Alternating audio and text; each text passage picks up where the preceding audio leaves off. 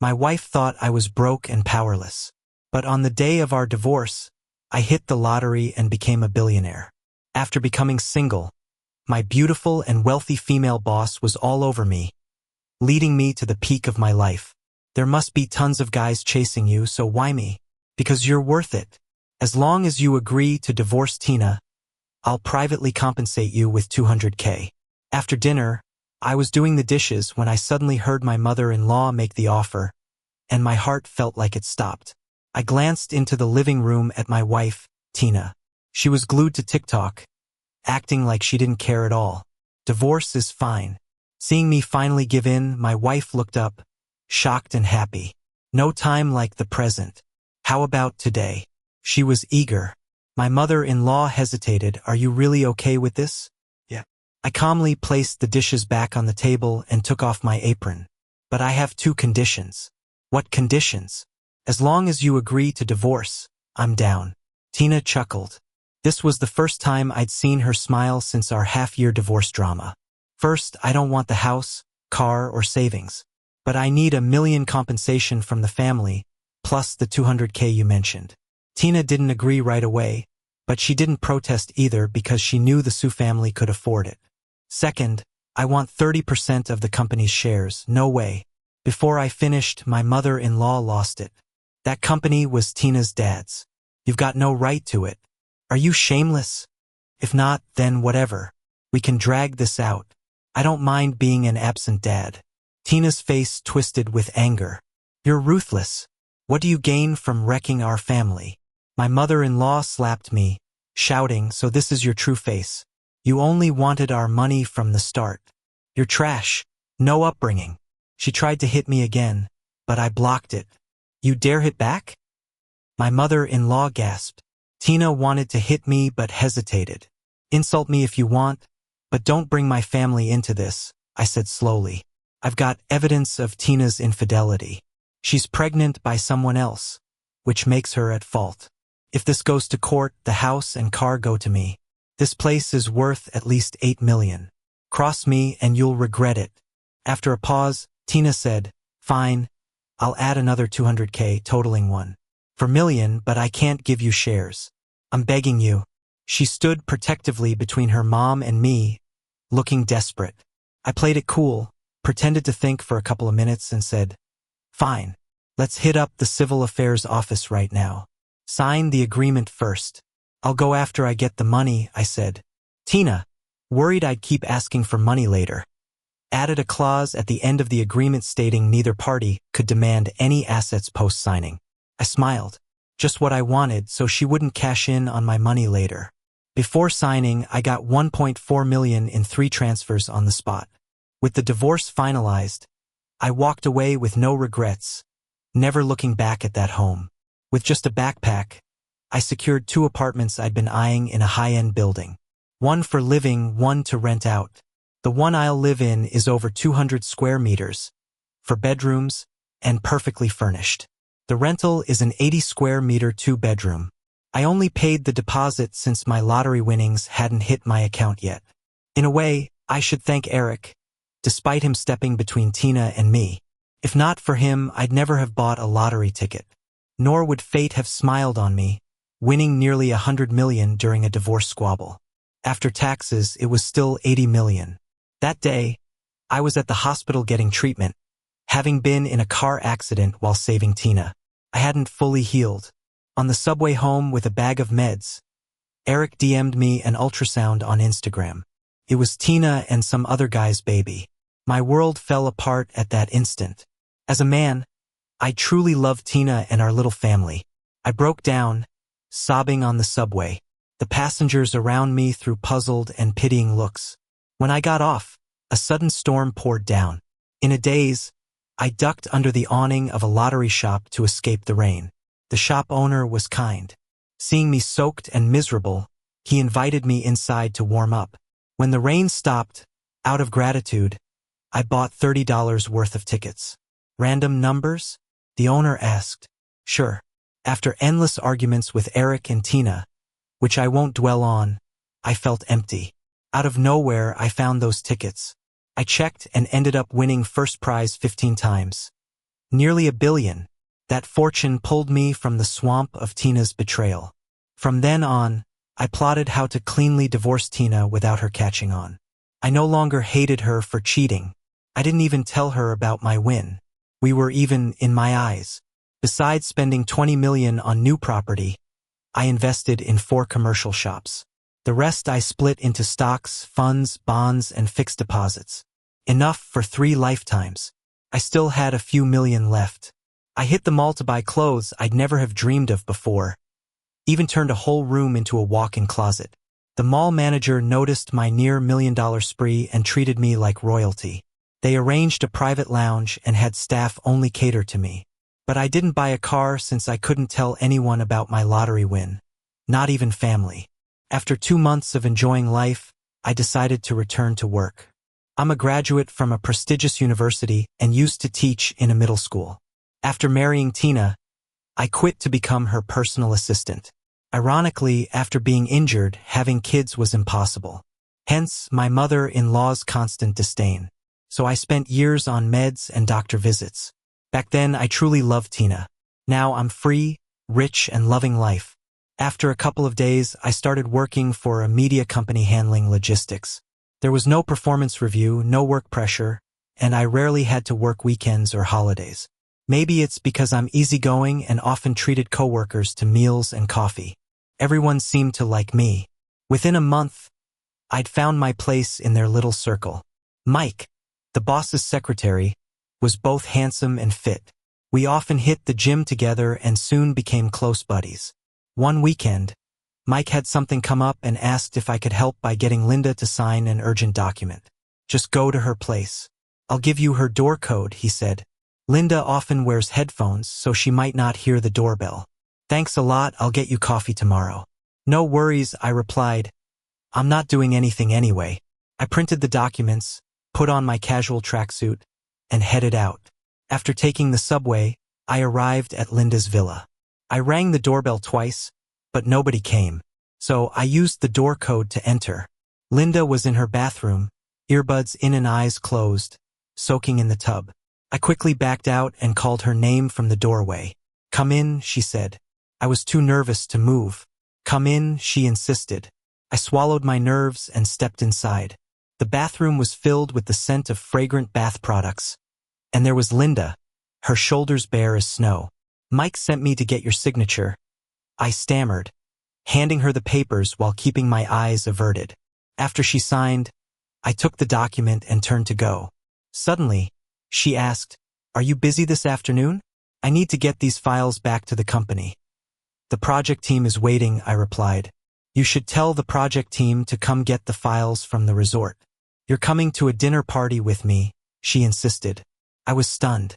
"It's probably not appropriate," I said, glancing down at my outfit. "You're definitely not dressed for the occasion," Linda agreed, "but consider it overtime." All right, I conceded. I'd never been to such an upscale event before, and it intrigued me. At the resort, a hostess came to greet us. Linda noticed my nerves and calmly said, "It's just a regular dinner party. Relax." "Okay," I replied, blushing at her kindness. The hostess was taken aback by my tracksuit but maintained her composure. She led me to a men's lounge while Linda was shown elsewhere. In the lounge, there was soft, tranquil music playing. I was about to sit and check my phone when someone approached. "What are you doing here?" a voice demanded. I looked up to see Eric, dressed sharply in a suit, staring down at me. He was Tina's husband now. I hadn't seen Eric, Tina, or any of the Seuss since my divorce. I didn't hold any grudges, but if they messed with me, I was ready. "I'm here because I want to be," I replied coolly. "Are you here to work as a waiter?" Eric sneered, pulling out a wad of cash from his bag. "Take this as a tip and leave. I don't want Tina and me to see you here again." I chuckled. "Eric, I'm actually working some overtime. If you two don't want to see me, you can leave." "You," Eric fumed. "Just wait, you'll see." "I'm waiting," I shot back. Minutes later, Tina burst in, frustrated. She hissed, "You better not let anyone find out about us. Ben's just here earning money now. He's not here to cause trouble." Pathetic. I laughed. The serene background music and Eric's drama felt like an over-the-top soap opera. Eric glared at me. "Watch your mouth." Just when I was about to lose it and punch him, someone took my arm. It was Linda. "Friends of yours?" she asked, her voice calm yet commanding. I stammered, unsure how to respond. "I'm Linda." She introduced herself, extending a hand. Tina, surprised, quickly shook it. "Nice to meet you. I'm Tina," she said, clearly recognizing Linda's elite status but had never managed to make a connection. Linda turned to me. "Ben forgot his suit. I'm taking him to change into a proper one. You two can carry on."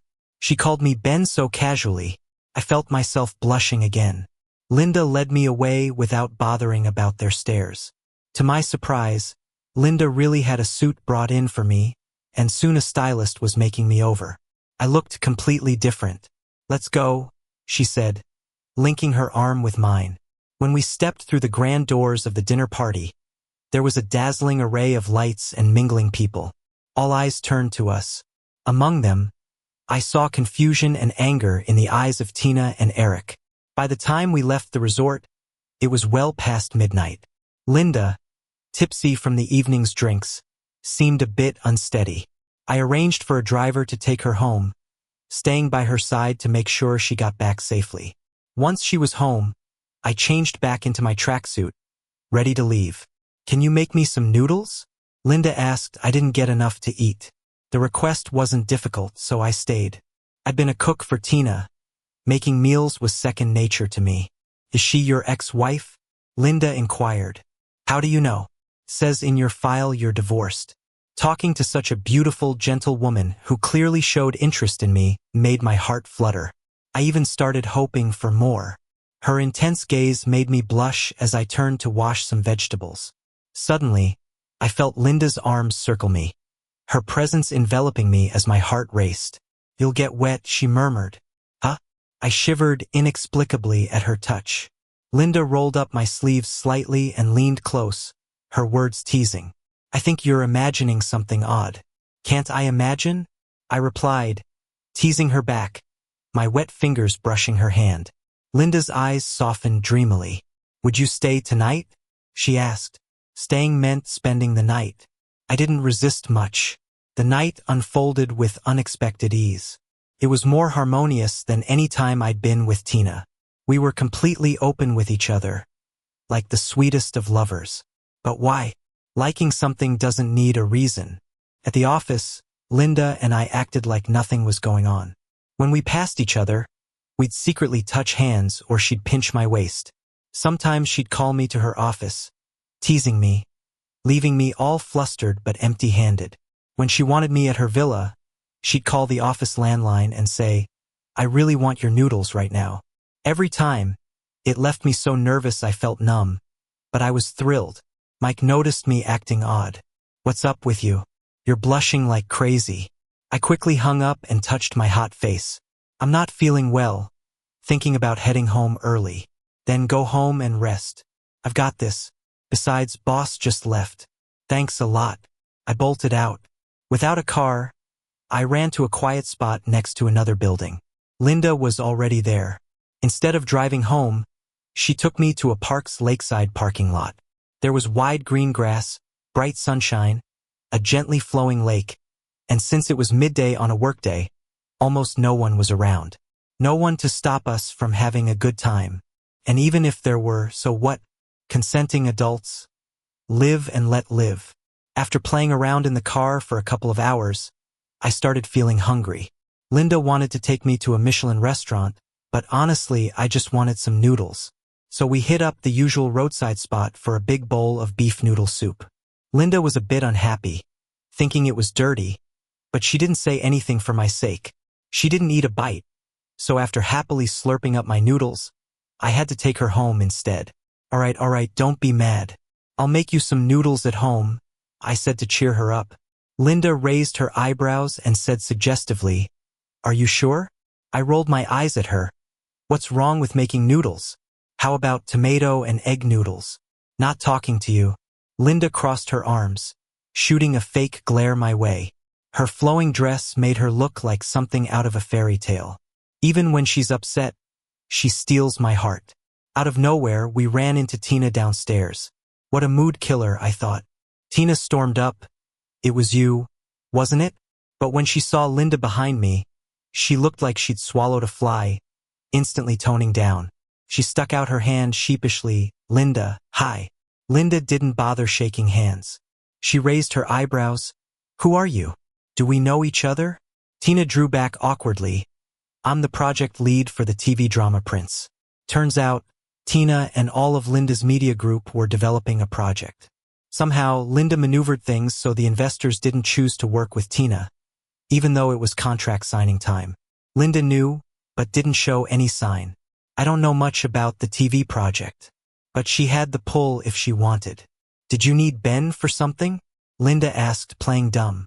Tina hadn't thought up a reply when Linda added, the two of you are divorced. You're strangers now. I hope whether you have something to say or not, you won't bother my boyfriend again. Or else, prepare for consequences. I was taken off guard. She called me her boyfriend. I thought we were just having fun. You handle your stuff on your own. Okay? Linda said again. Tina was biting mad but didn't say a thing, leaving with her tail between her legs. I happily led Linda upstairs. While in the elevator, I got a barrage of Instagram messages from Tina.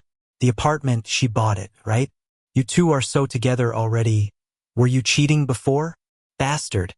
You cost me so much. I stayed calm, not bothered, finding it funny, and quickly replied, you're the cheater. Got pregnant with someone else before the wedding. Want me to show your mom or your future kid the video of you two together? I went hard since she was the one playing dirty. Eric was right. You are the most vicious man, she texted back. Yep, I'm pretty vicious now. Don't test me, I shot back. Linda blocked the open elevator, looking at me deeply. With me and you're still texting other girls? She seemed a bit jealous, making me even happier. I took her home saying, not anymore. I'm blocking her. Also, thanks for dealing with her, but it's unnecessary in the future. All right, whatever you say, Linda agreed, raising her eyebrows with a smile. At work, nobody knew Linda and I were a thing. Watching the guys swoon over Linda gave me a secret thrill. This mesmerizing woman was mine.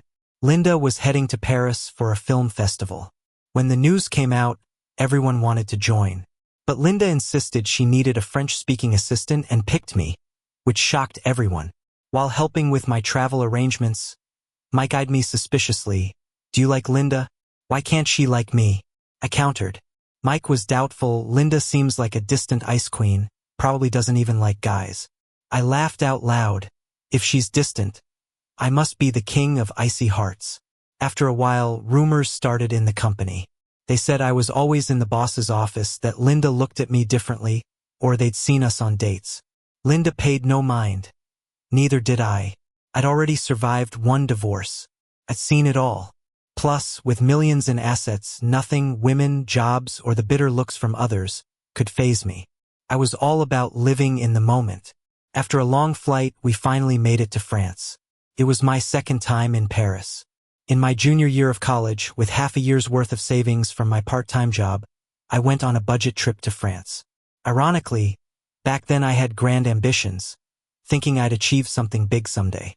But right after graduation, I got married and never really got a chance to spread my wings. I haven't even traveled abroad since. Linda showed me around France. We had coffee watching the sunset below the Eiffel Tower, and at the Louvre, she explained the art I didn't understand. We hugged at Notre Dame and watched plays on the Champs-Élysées. We attended parties together, wore fancy dresses and danced on rooftops, kissing under spectacular fireworks. It was beautiful and free. After finishing up with work stuff, we decided to spend a couple of weeks in a mountain north of Paris. The town was scenic, surrounded by mountains with the sun shining all day. The locals were relaxed and happy. We stayed in a little cabin in the woods, sleeping in and sometimes waking up early to watch the sunrise on the mountain. Linda was unexpectedly warm and caring, like a real girlfriend would be, telling curious French folk I was her husband. We were basically inseparable, living our little world. She'd cuddle up with me on the sunny wooden floors, chatting quietly, or softly kiss my forehead in the glow of a romantic sunset. The kitchen, Living room, study, and garden were all filled with our happy memories. She was never tired in front of me, always so full of life. The most memorable time was for my birthday. Linda drove us to the mountaintop for a camping celebration. As the sun set, we saw an elderly French couple dancing tango in the rosy twilight. No music, no audience, but I was captivated. Linda told them it was my birthday. They not only wished me well, but also gifted us a bottle of wine. Since Linda was supposed to drive, we didn't bring any booze. But to enjoy the wine, we decided to stay overnight on the mountain. It was a crazy idea, knowing that the mountain had wild animals around. The wind whistled through the forest, but the weather was perfect, neither too warm nor too cool, and the moon was bright. We kissed sweetly in the moonlight, relishing the joy of forbidden freedom. Since we originally planned to go back that night, we didn't have any condoms. Linda wanted to backtrack, admitting it was a mistake. She had that irresistible smile, her cheeks flushed and forehead a bit sweaty. No worries, I told her. I turned around, hugged her against the car, and confessed. I might be infertile. It was the first time I admitted this openly. Linda kissed my forehead, smiling, saying maybe she was too. Peace returned. Lying in the tent, I asked, "How come you chose me, with all the guys chasing you?" Linda, lazily hugging me, muttered, "Because you're worth it." Worth it. It brought tears to my eyes. I was worth it. I repeated it in my mind. Being with Tina felt like it was in another lifetime. Those times felt so dark and ignorant. Ignorant to think my efforts were out of love when it really wasn't. It was more like foolishness. Foolish enough to always try meeting others' expectations of me. Returning home, it was winter already. My stock soared, and the funds were doing well too, yielding a $500,000 bonus. I donated it to the small-town high school I attended.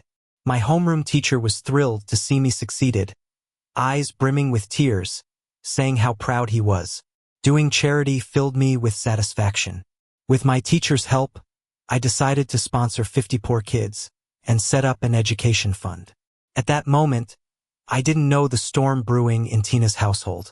After marrying Eric, who controlled the company's finances, he got into shady stuff. Someone tempted him to secretly use company funds to buy stocks, hoping to make some cash on the side. He ended up losing nearly $1 million. The fallout stopped one of the company projects completely. Tina, 8 months pregnant, was furious but had to hold it in for the sake of the baby. She stripped Eric of his company duties. Jobless, Eric stayed home all day, clashing with his mother-in-law, Wendy, causing chaos at home. One day, because of a trivial argument with Wendy, Tina got so stressed she had painful contractions and risked early labor, needing hospitalization. Wendy took advantage, whispering to her daughter, "Eric's too deceitful. Ben's better. After the baby comes, win Ben back. Let him be the dad. It's always best with the first husband." Tina considered it, thinking it feasible. A true mama's girl. Linda headed abroad for her dad's medical treatment, absent from the company for over 10 days. With the time difference, I could only get a word with her occasionally, sometimes losing touch completely. Then Linda told me she was pregnant. I was shocked yet thrilled. 8 years of ineffective meds, one unprotected time in Paris. She got pregnant. I cried tears of joy but quickly began to worry. I wasn't sure if Linda wanted the baby or had plans for our future. Her family might intervene, wanting her to abort. Whatever the case, I wanted to respect her choice. I decided to wait until she was back to talk it over. With Linda gone, I was the most familiar with the project we discussed in France. Plus, I knew French, so I joined the company's project meetings. I wrote reports and made presentations. The project manager noticed me, asking if I was interested in joining. Of course, I said yes. By the time Linda returned, over 2 months later, I'd become the assistant director of the project department. Then, out of the blue, Eric caused a scene. He accused, "Have you no shame? Tina's my wife. Stop contacting her." Playing the victim, onlookers assumed I was the homewrecker. Colleagues kept their distance, whispering among themselves, "You got it wrong. We're just sorting out our joint credit card and dealing with moving my household registration." Before I could finish, Eric went berserk, grabbing his hair and shouting, "She's divorcing me now. You ruined my marriage. You'll get what's coming to you." Eric suddenly lunged at me and punched. I didn't expect him to lose it like that. Really caught me off guard. Added to my health issues, I felt dizzy and almost fainted backward. Luckily, there was a small bar nearby I could grab onto, preventing a fall. I didn't want to cause a scene at work, so I held myself together and started to leave. Seeing me walk away, Eric tried to grab me. Just then, Linda hurried over, saw the bruise on my face, and got furious. I later found out that Mike ran to the office in a panic to get her to help. As Linda was about to confront him, I stopped her. "She's pregnant. Her health comes first. I'm fine, no point getting mad at someone like him. Mike, go get security." But Linda was on the brink of rage. "You better hope Ben's okay, or you'll pay dearly." Her voice was low, but each word cut through to Eric like a knife. I don't know how Eric left, but I clearly heard Linda say, "Ben is my man." Linda applied ointment to my swollen cheek. She wasn't happy. "You should cheer up. It's good for the baby." "I'm okay," I quietly reassured her. "Is it just the baby you care about?" She frowned when she was upset. After a long pause, I finally said, "I don't know if you or your family would even want this child. I worry you or your family might want you to have an abortion. But whatever you choose, I'll support you. I may not know what I want, but I know what I don't want. I don't want you to be unhappy." Linda was stunned, then chuckled, "Your family? Where'd you pick that up?" "It's what they say on TV," I replied. Linda was silent for a moment, then said seriously, "Should we break up then? My family certainly wouldn't allow for a child out of wedlock. If that's what it takes, I agree." I paused, swallowing the lump in my throat, but calmly told her. Linda seemed a bit disappointed, squeezed my hand, and got up to leave. I thought she was gone, thought it was over. My chest hurt, and my throat felt clogged. I knew I loved her. The door suddenly opened again. Linda came in with fruit and food, saw my pained expression, and was alarmed. "What's wrong?" I quickly held on to her, burying my face in her arms. "I thought you left, thought you didn't want me anymore." Linda patted my back. "Silly, you can choose me, and I can choose the baby too. The joy of becoming a father is incomparable. To prepare for the new life, I'm taking unpaid leave to stay home. Since the company is Linda's, I can go back whenever I want. Mike and colleagues are all congratulating and envying me. I got in touch with the best OBGYN in town, paid a hefty fee to have her on standby. Linda doesn't know I won the lottery, worried I'd be short on money. She gave me a no-limit credit card for pocket money. I didn't refuse since everything I have is hers anyway. I started buying all sorts of baby stuff, setting up the nursery, and carefully choosing a postpartum care center and a live-in nanny. Linda borrowed some help from her mother, uneasy about outsiders. Every day felt full of anticipation and warmth as we awaited our little one's arrival. 2 old family maids, one who'd been with Linda since she was young, expertly handled everything, keeping the house in perfect order and putting my mind at ease. I accompanied Linda to every prenatal checkup. Frequent trips to the hospital meant running into familiar faces sometimes, like Eric and Tina. Tina looked exhausted waiting for documents, while Eric played games on a couch. Inwardly, I laughed at the woman in front of me, worn out, ruthless. Once my wife of 10 years. How could I have loved someone like that? I couldn't figure it out. When Tina saw Linda was pregnant, she was shocked. Eric, seeing her staring, slapped her. "Slut." "What? Hoping to rekindle old flames? Too bad he's got a woman now." Tina had never been hit before, and in her anger, slapped Eric back twice. Eric howled. "Don't think being pregnant stops me from hitting you." The two got into a screaming match, attracting attention with phones out recording. Linda pulled me away. "Ugh, too noisy. What do you prefer, a boy or a girl?" I asked Linda, lying on the sunlit wooden floor. "A boy," she replied. "Ugh, you're so biased." I teased. "I just think girls have it harder in this world than boys. I hope our child doesn't have to struggle like that. Boy or girl, I'll love them no matter what." Linda's words brought tears to my eyes. "She'll make an amazing mother." I told Linda about winning the lottery. She didn't ask much, just said, "Your money here will never be touched. Use it like before, and make sure to get everything properly notarized. Don't tell anyone else." I nodded. Not long after, a college friend told me Tina divorced Eric, giving up an $8 million house in the process. How much Eric took no one knows, but given Tina's mom's stroke from rage, it wasn't small. Their baby boy, still breastfeeding, was awarded to Tina. Their stories, like old things sealed away, will eventually disappear completely. By midsummer, I moved into the maternity ward with Linda, waiting for the new life to arrive. Linda's family probably already knew about me. Her siblings had their secretaries send over some nutritional supplements, but Linda's parents never showed up. Maybe Linda and I can never get married. It's probably like in those TV dramas where a divorced guy who doesn't match up with the wealthy family can't measure up to the heiress. But who cares at the end of the day? What I didn't know was that Linda's parents not interfering was already the biggest compromise. It was the result of Linda giving up half her inheritance. I heard that half of it could be worth over $1 billion. How could I be worthy of her giving up so much for me? Honestly, I don't care about Linda's family's attitude or how much money Linda has. As long as Linda asks, I'm willing to do anything for her. I often feel I don't deserve her treating me this way, that I'm not good enough for her. But she always says, "You are worth it." Those words are enough to comfort half a lifetime of my unhappiness. Enough for me to give her everything, including my life. These days, all I want is for Linda and our daughter to be safe and sound. Yeah, I'd like a daughter, a sweet little girl. 2 hours before she gave birth, Linda proposed to me. The ceremony was simple, with no one else there. She held up an emerald ring passed down through her family, tears of tenderness in her eyes. "Will you marry me?" I was touched, but also hesitant. "Why me?" She didn't answer me. She just said, "It was love at first sight with you." I remembered the first time I saw Linda. I hadn't been to a job interview in years, so I was nervous and went to the hallway by the stairs to do some deep breath. I heard voices coming from downstairs, so I rushed back up.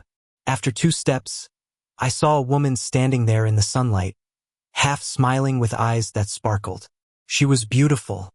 We locked eyes for a couple of seconds before she stepped aside, signaling I could go ahead. I said thanks and walked past her.